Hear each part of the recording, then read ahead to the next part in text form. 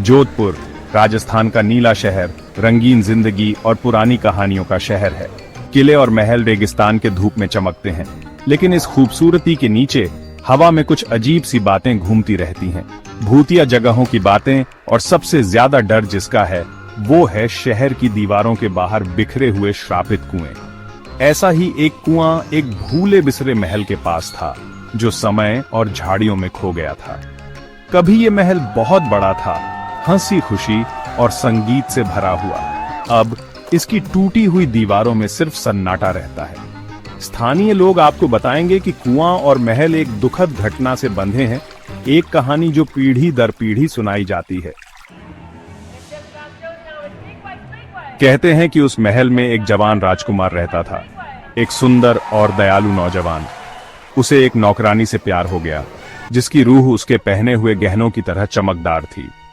लेकिन उनका प्यार मना था। राजा, जो उसका पिता था, चाहता था कि राजकुमार एक राजकुमारी से शादी करे ताकि उनका राज्य और शक्ति सुरक्षित रहे। राजकुमार बहुत दुखी था। उसने अपने पिता से विनती की, लेकिन राजा नहीं माना। नौकरानी, जिसका दिल टूट गया था, उसने देखा कि वो कितना दर्द दे रही है। एक रात, बिना चांद वाली रात में, उसने कुएं में अपनी जान दे दी। उसकी चीखें किसी ने नहीं सुनी। राजकुमार दुख से पागल हो गया और जल्द ही उसने भी अपनी जान दे दी। कुआं, जो कभी जीवन का स्रोत था, अब डर की जगह बन गया। गांव वालों ने कसम खाई कि उस रात पानी लाल हो गया था, प्रेमियों के गम से रंगा हुआ। फिर जैसे ही वो लाल हुआ, कुआं सूख गया। बस जमीन में एक बड़ा सा गड्ढा रह गया। अजीबोगरीब घटनाएं शुरू हो गईं।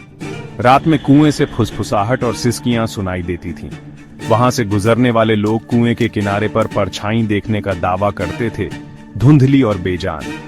महल, जो कभी संगीत से भरा था, अब हवा में एक अकेली बांसुरी की उदास धुन बजाता था।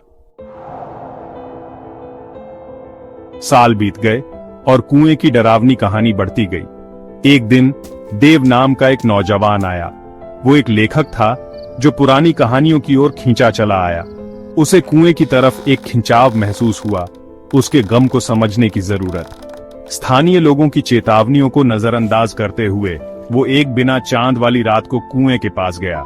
जैसे ही उसने अंधेरे में झांका, उसने एक रोशनी देखी। एक परछाई, पारदर्शी और खूबसूरत, कुएं से उठी। वो नौकरानी थी। उसकी आंखें गहरे दुख से भरी थीं। देव ने उसे दिलासा देने के लिए हाथ बढ़ाया, लेकिन उसका हाथ उसके शरीर से होकर गुजर गया। वो करीब आई। उसकी आवाज हवा में एक उदास फुसफुसाहट की तरह थी।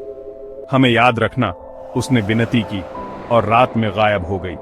देव उस रात को कभी नहीं भूला। वो गांव छोड़कर चला गया, हमेशा के लिए उस मुलाकात से बदल गया। कुआं वहीं रहा, वहां हुई त्रासदी की एक निशानी। वो आज भी वहां है, एक खोए हुए प्यार और जोधपुर के कुओं में छिपे गम का सबूत।